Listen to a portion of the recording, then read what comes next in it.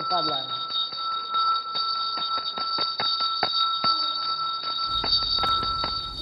પ્રધાનમંત્રી નરેન્દ્ર મોદી હાલ અયોધ્યામાં પૂજા વિધાન અત્યારે મંત્રોચ્ચાર સાથે આરતી કરવામાં આવી। તેમની સાથે મોહન ભાગવત પણ ઉપસ્થિત છે અને તેમણે પણ ભગવાનની આરતી ઉતારી, શંખનાદ થયો અને હાલ તસવીરો સીધી આપણે બતાવી રહ્યા છીએ કે હાલ પીએમએ માં અન્નપૂર્ણાના પણ દર્શન કર્યા હતા, સપ્ત ઋષિઓ જે છે એમના પણ દર્શન કર્યા અને ત્યારબાદ અહીંયા આરતી માટે અહીંયા તેઓ પહોંચ્યા છે। હાલ આરતી પણ સંપન્ન થઈ છે, શંખનાદ સાથે આરતી સંપન્ન થઈ છે અને હવે થોડી જ વારમાં આ જે ધ્વજા ચઢાવવાનો જે વિધાન છે, જે વિધિ છે એ અહીંયા શરૂ થશે અને થોડી જ વારમાં પીએમના હસ્તે આ ધ્વજા ચઢાવવામાં આવશે। હાલ મંત્રોચ્ચાર થઈ રહ્યા છે અને અહીંયા સૌ કોઈ છે અયોધ્યાવાસીઓમાં જે ઉત્સાહનો માહોલ છે, દિવાળી હોય છે એ પ્રકારનો માહોલ આજે જોવા મળ્યો છે, કારણ કે અયોધ્યા નગરી જે છે એ આજે ફરી એકવાર જાણે રોશનીથી સજી ધજી ગઈ હોય અને એ રીતે ઉમંગ અને આસ્થા અને ભક્તિનો ત્રિવેણી સંગમ આજે અયોધ્યામાં ફરી એકવાર જોવા મળી રહ્યો છે। જ્યારથી પ્રાણ પ્રતિષ્ઠા થઈ છે અયોધ્યામાં, ત્યારથી અયોધ્યા નગરી જે છે એ એકદમ અલગ અને અદ્ભુત અને આનંદમય બની ગઈ છે અને આજે જ્યારે ધ્વજા ચઢાવવામાં આવશે ત્યારે એ જ પ્રાણ પ્રતિષ્ઠા જેવો માહોલ, એ જ દિવાળી જેવો માહોલ આજે પણ જોવા મળે છે। સૌ કોઈ જે છે એ દાયકાઓથી જે રાહ જોતું હતું કે અયોધ્યામાં રામ મંદિર ક્યારે બને, એ રામ મંદિર તો નિર્માણ થયું અને ત્યાર પછી હવે ધ્વજા ચઢાવવામાં આવનાર છે અને આ ધ્વજાનું કનેક્શન પણ ગુજરાત સાથે જોડાયેલું છે।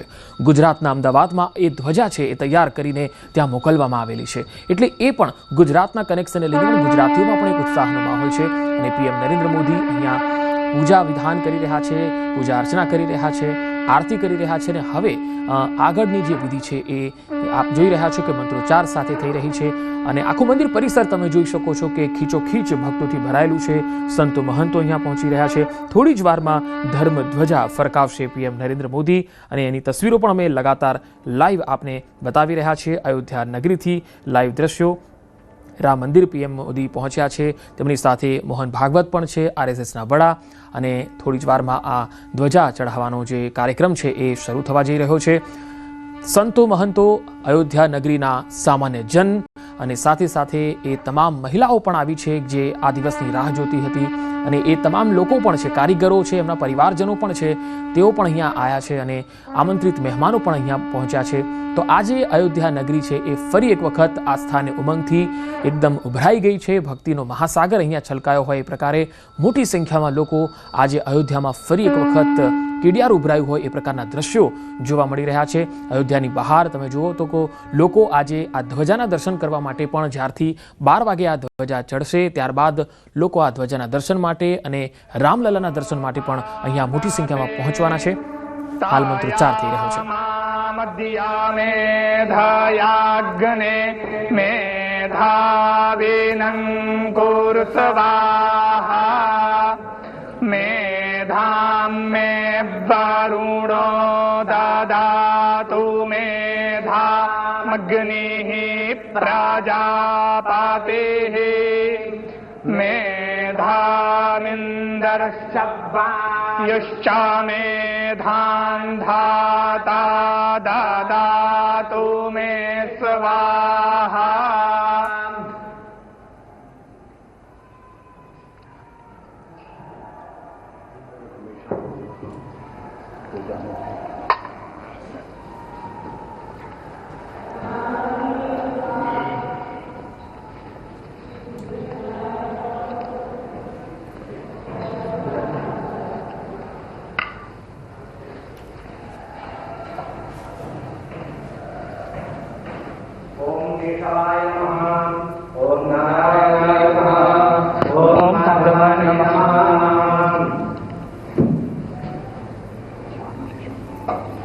हस्तो प्रक्षाल्य ऋषिकेशाय नमः।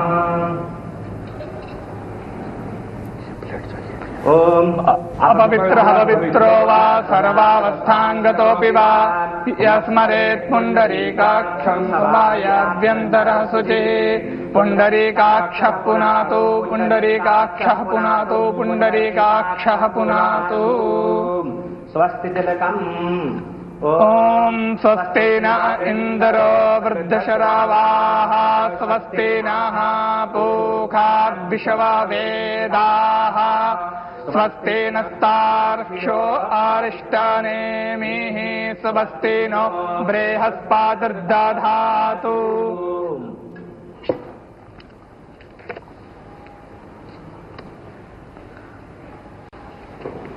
ओम ज्योतिर्ज्योतिरग्निः स्वाहा सूर्योर्ज्योतिर्ज्योतिः सूर्यः स्वाहा अग्निर्वर्चो ज्योतिर्वर्चः स्वाहा सूर्योर्वर्चो ज्योतिर्वर्चः स्वाहा ज्योतिः सूर्यः सूर्यो ज्योतिः स्वाहा चन्द्रमा मनसो जातश्चक्षोः सूर्यो अजायत श्रोत्राद्वायुश्च प्राणश्च मुखादग्निरजायत।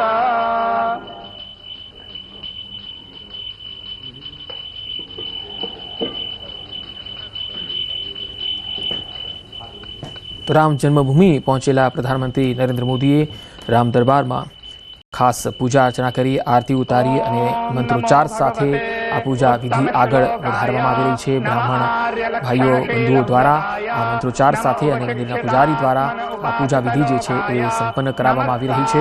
અયોધ્યામાં આજે દિવાળી જેવો માહોલ છે.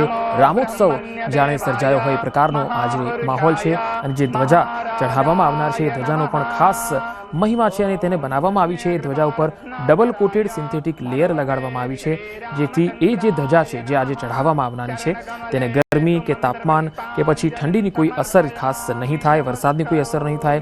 પેરાશૂટ નાયલોન કપડાથી બનાવેલી આ ધ્વજા પર 60 કિલોમીટર પ્રતિ કલાકની ઝડપથી જો હવા પણ ચાલે છે તો પણ તેને કોઈ નુકસાન નહીં થાય એ પ્રકારની આ ધ્વજા છે એ ડિઝાઇન કરવામાં આવેલી છે. અને ધ્વજા લહેરાવવા માટેની જે રસ્સી હોય છે એ સ્ટેનલેસ સ્ટીલના કોર અને નાયલોનથી બનાવવામાં આવેલી છે, જેથી તેમાં મજબૂતી વધી શકે છે. અને ધ્વજ સ્તંભ જે છે જેને આપણે ધ્વજદંડ કહીએ છીએ એ પણ 360 ડિગ્રી ફરી શકે એ ચેમ્બર પર રાખવામાં આવશે, જેથી હવા જે પ્રકારની હોય એ પ્રકારે તે આસાનીથી ફરી શકે છે. તો આ પ્રકારની એક ધ્વજા છે તેની વિશેષતા રહેલી છે, જેનું આજે ધ્વજારોહણ થવાનું છે શિખર પર. અયોધ્યાથી આ લાઈવ દ્રશ્યો અમે આપને બતાવી રહ્યા છીએ. ખીચોખીચ ભક્તોથી ભરેલું છે આખું આ પરિસર અને રામ શિખર જે છે એના ઉપર આજે જે ધ્વજા ચડવાની છે તે ધ્વજા ખાસ ગુજરાતના અમદાવાદથી બનાવવામાં આવેલી છે અને એ ધ્વજાનો ખાસ વિશેષતાઓ પણ મેં આપને વર્ણવી એ પ્રકારની વિશેષતાઓ પણ છે. 10 કારીગરો જે છે એમણે ભેગા મળીને આ 25 દિવસમાં આ જે ધજા છે એ તૈયાર કરેલી છે. સીધી તસવીરો અયોધ્યાથી અમે આપને બતાવી રહ્યા છીએ. લગભગ રામલલાની પ્રાણ પ્રતિષ્ઠા પછી 673 દિવસો બાદ આપણે આ ધ્વજારોહણનો કાર્યક્રમ જોઈ રહ્યા છીએ, એટલે લગભગ હવે 2 વર્ષ જેવા પૂરા થશે અને રામ મંદિરના શિખર પર આ ધ્વજારોહણ છે એ આજે થવા જઈ રહ્યું છે.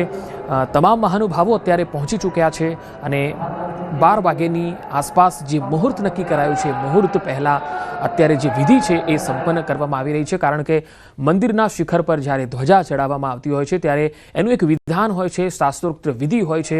એ વિધિ પહેલાં મંત્રોચ્ચાર સાથે બ્રાહ્મણો દ્વારા એ શંખનાદ સાથે પૂજા અર્ચના સાથે મંત્રોચ્ચાર સાથે એ વિધાન પૂરું કરવાનું હોય છે. ત્યારબાદ એ ધજા છે એ ચઢાવવામાં આવતી હોય છે. તમે જોઈ શકો છો કે સંતો મહંતો પણ કેટલી મોટી સંખ્યામાં અહીંયા આવી પહોંચ્યા છે અને તેઓમાં પણ એક અનેરો આનંદ છે, આનંદની લાગણી છે.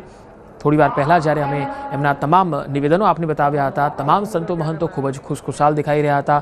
અયોધ્યાવાસીઓમાં પણ એક અનેરો આનંદ જોવા મળ્યો હતો અને આ ધ્વજાના દર્શન માટે પણ ઘણા લોકો દૂર દૂરથી અહીંયા આવેલા છે. તસવીરોમાં તમે જોઈ શકો છો કે સૌ કોઈ એ અવસરની રાહ જોઈ રહ્યો છે કે આ ધજા ક્યારે શિખર ઉપર અમને જોવા મળે, કારણ કે ધજાના દર્શન માટે પણ લોકો ખાસ આજના દિવસે અયોધ્યા પહોંચેલા છે. ઘણા લોકો યુપીના અલગ અલગ વિસ્તારોમાંથી આવેલા છે, તો ઘણા લોકો રાજ્ય બહાર પણ અહીંયા પહોંચેલા છે.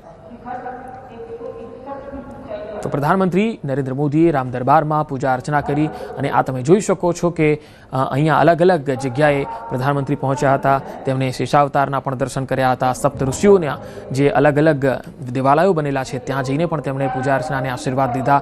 ત્યારબાદ રામ દરબારમાં આરતી કરી પૂજા અર્ચના કરવામાં આવી. બ્રાહ્મણો દ્વારા મંત્રોચ્ચાર સાથે પીએમ નરેન્દ્ર મોદીને જે છે એ વિધાન પૂરું કરી અને આગળ હવે ધ્વજારોહણનો જે કાર્યક્રમ છે તેના માટે જે જરૂરી વિધાન છે થઈ રહ્યું છે. તમે લાઈવ તસવીરોમાં પણ જોઈ શકો છો. રામલલાના દર્શન પણ કરી શકો છો.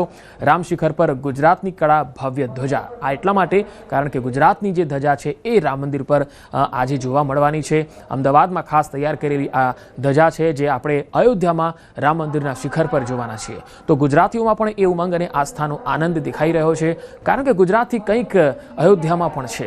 અને એટલા માટે જ્યારે પણ ગુજરાતથી જે લોકો અયોધ્યા દર્શન કરવા માટે જતા હોય છે અથવા તો ભવિષ્યમાં જવાના છે તો તેઓને પણ એક ગૌરવની લાગણી થશે કે અહીંયા જે ધજા ફરકી રહી છે, અહીંયા જે ધ્વજા લહેરાઈ રહી છે એ ભગવાન રામના દરબારમાં ગુજરાતથી ગયેલી છે. એટલે એમને પણ એ આનંદ ચોક્કસથી થવાનો છે. અને અયોધ્યામાં જે પ્રાણ પ્રતિષ્ઠા થઈ એના 673 દિવસ પછી આ ધ્વજારોહણનો કાર્યક્રમ આપણે જોઈ રહ્યા છીએ.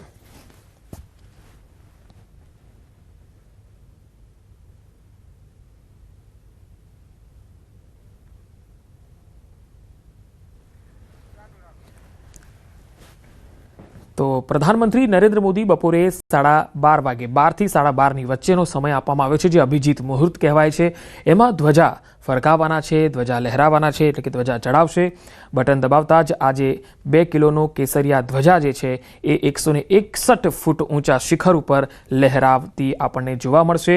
એની સાથે સાથે જ રામ મંદિરને એક પૂર્ણ મંદિર પણ પછી માનવામાં આવશે કારણ કે કોઈ પણ મંદિરનું જ્યારે નિર્માણ થાય છે ત્યારે એમાં ધ્વજા એનું એક પ્રતીક હોય છે અને એ ધ્વજા હોય ત્યારે જ એ મંદિર પૂર્ણતઃ નિર્મિત થયેલું કહેવાતું હોય છે. એટલે આજે આ ધ્વજા જ્યારે અહીંયા ચઢાવવામાં આવશે ત્યારે આ મંદિર જે છે એ પૂર્ણ માનવામાં આવશે. આવું કહેતા હોય છે આપણા ધર્મગુરુઓ પણ કહેતા હોય છે અને જે શંકરાચાર્યો છે તેઓ પણ કહેતા હોય છે.